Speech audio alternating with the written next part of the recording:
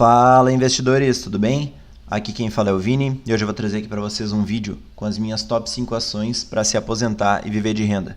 Então essas são as empresas que eu tenho hoje, que eu invisto e que eu acredito aí que vão me possibilitar eu me aposentar e poder viver dos dividendos dessas empresas.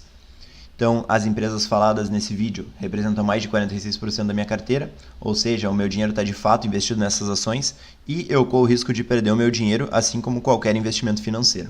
E nenhuma das ações citadas nesse vídeo é uma recomendação de compra.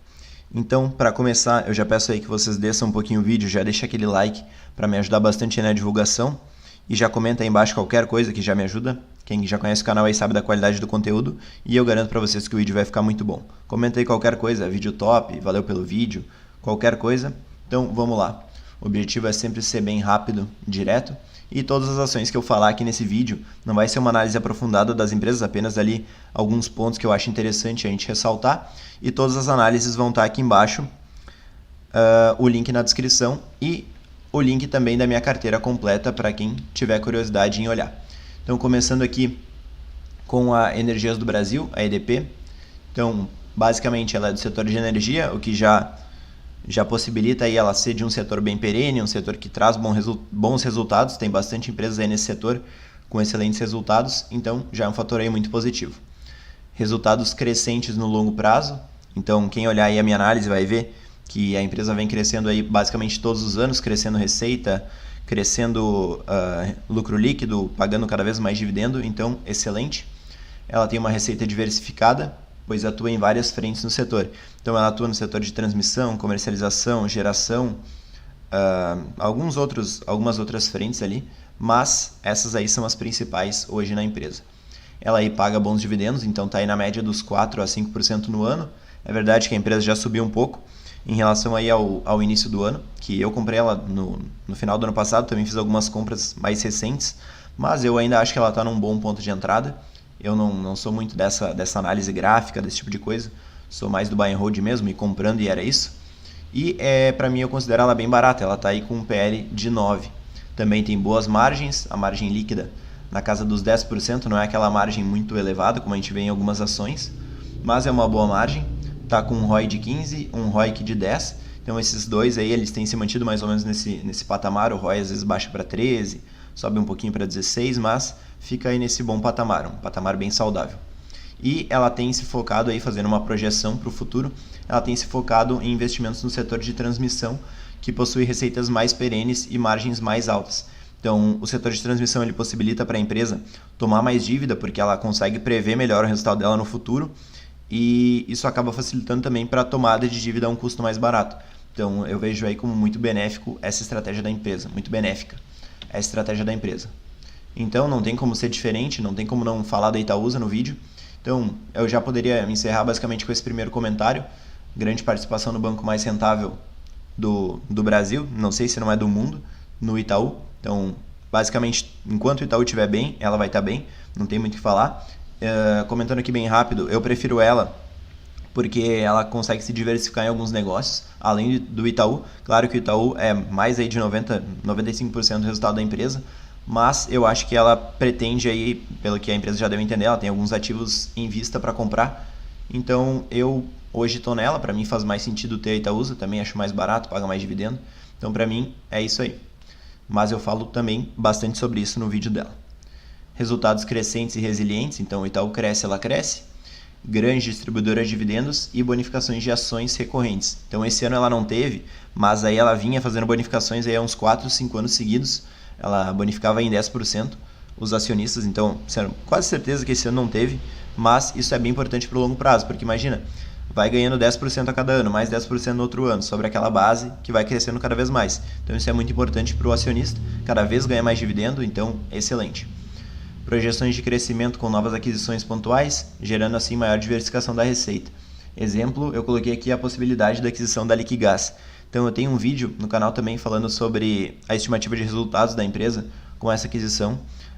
Se realmente se efetivar essa compra, eu gostei bastante dos números que eu vi ali da empresa, dos números da Liquigás e também do preço que a Itaúsa está pagando, eu acho bem barato. No vídeo ali eu considerei um PL de 7, considerando o lucro que a empresa já deu em 2016, então é bem importante olhar aquele vídeo também, ficou bem interessante. E é uma empresa aí com alta rentabilidade, ela tem margens aí bem altas. O Itaú, se eu não me engano, ele chegou num ROI de 23%, o da Itaú agora eu não sei de cabeça, mas é um setor aí com altas margens e alta rentabilidade. Então, setor bancário também, praticamente inquebrável, né? Os grandes bancos. Eu não sou muito... Não acho que a gente deve se preocupar com a ameaça digital, acho que é muito mais euforia do que qualquer outra coisa, mas não vou comentar sobre isso nesse vídeo.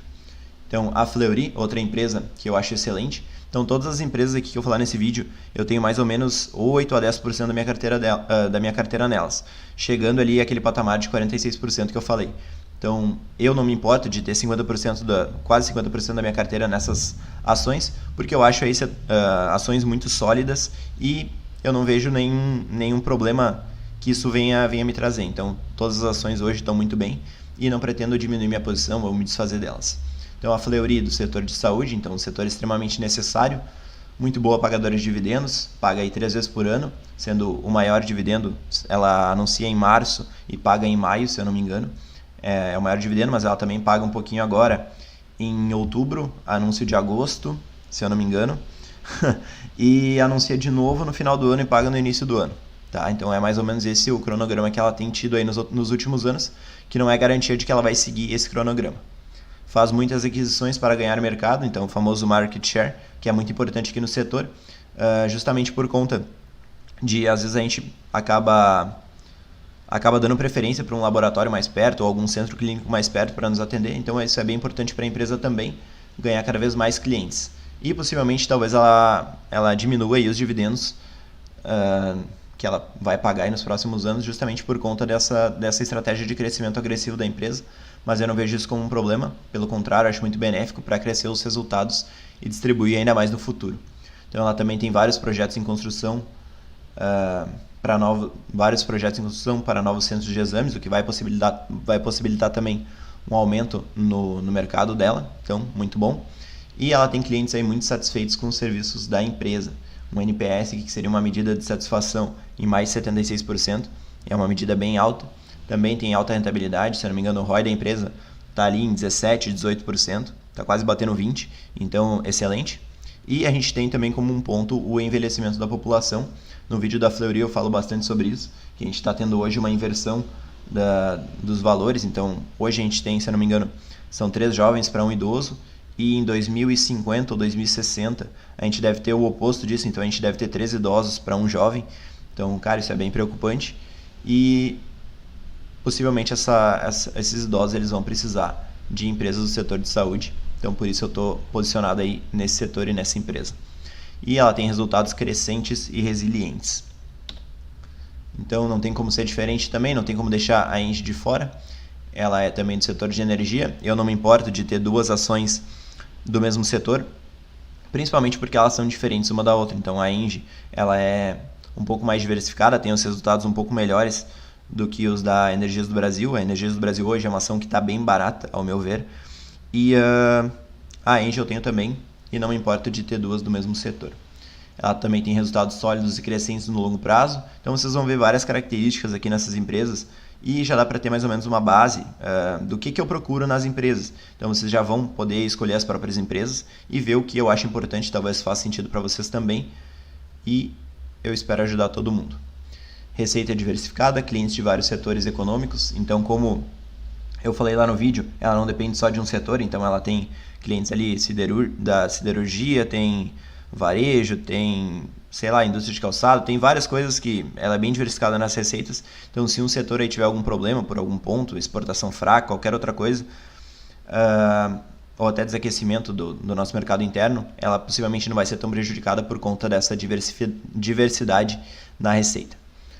A aquisição recente da TAG deve impulsionar os resultados da empresa e abrir novas oportunidades no setor de gás.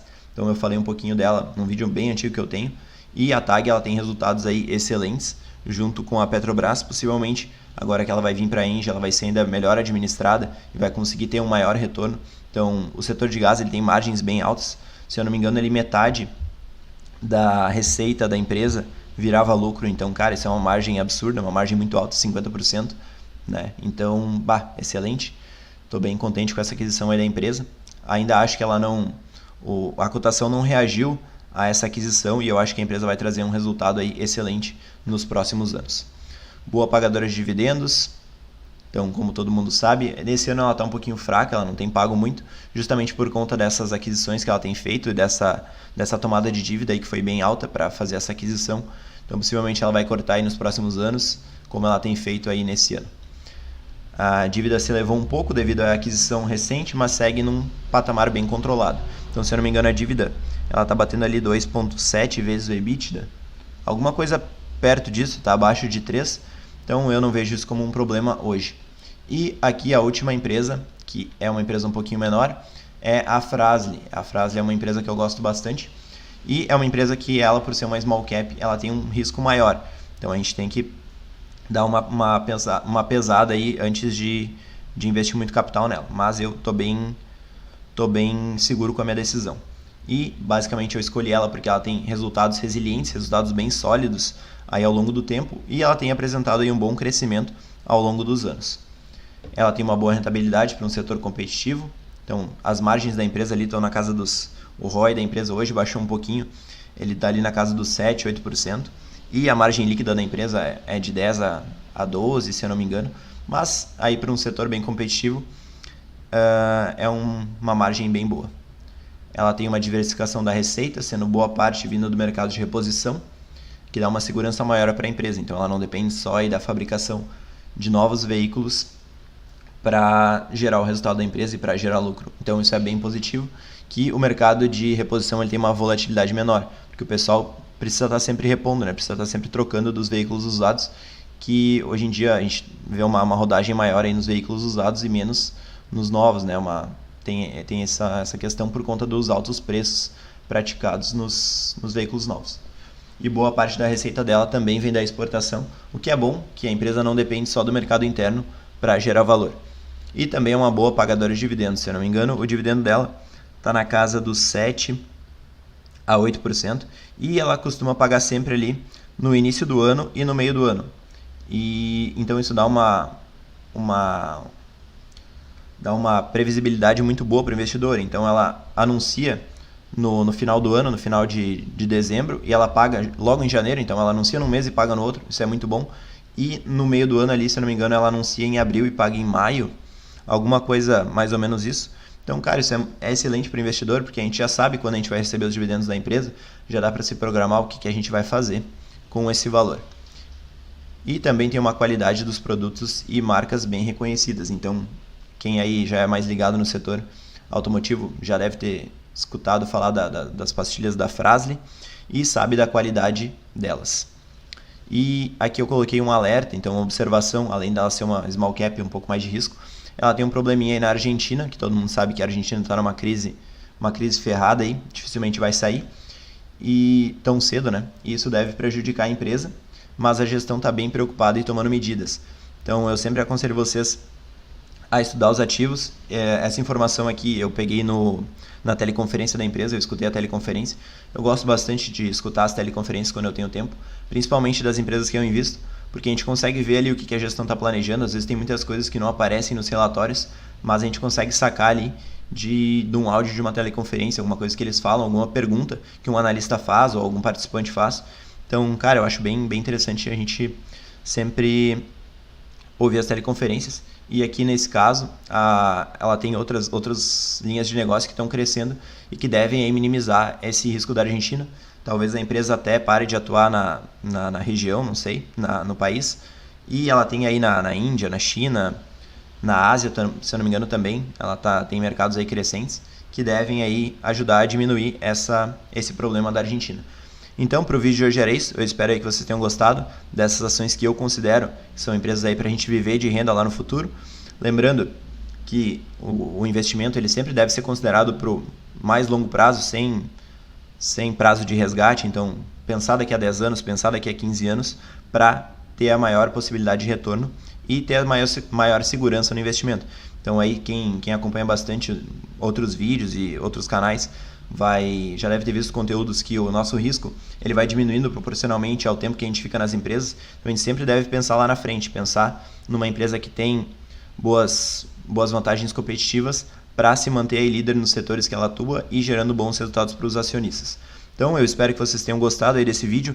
Não se esqueçam de deixar o like aí, não custa nada para vocês e me ajuda muito na divulgação do vídeo. Comenta aí embaixo o que vocês acharam desse vídeo. Eu acho que eu me enrolei ali em algumas partes, mas como eu não tenho muito tempo para fazer os vídeos, acaba sendo bem complicado fazer as apresentações. Essa, por exemplo, eu fiz ontem e estou trazendo hoje para vocês, então meus vídeos, vocês sabem que eles não têm edição, é vídeo bem corrido, então eu vou falando o que vem na minha cabeça. Então, às vezes eu acabo me enrolando, repetindo algumas coisas, mas eu acredito que isso aí não atrapalha o vídeo, não atrapalha o entendimento da maioria das pessoas. Então, para quem é novo aí no canal, se inscreve aqui do lado na bolinha, ativa as notificações aqui no sininho para seguir me acompanhando sempre, que eu vou postar bastante conteúdo aí para vocês, sempre novas análises de fundos imobiliários. Então, pesquisem aí no canal que vocês vão achar muita coisa. E não se esqueçam de olhar as análises aqui embaixo que eu vou deixar na descrição e também a minha carteira para quem não conhece. Bons investimentos a todos, sucesso aí a todos nos investimentos e valeu!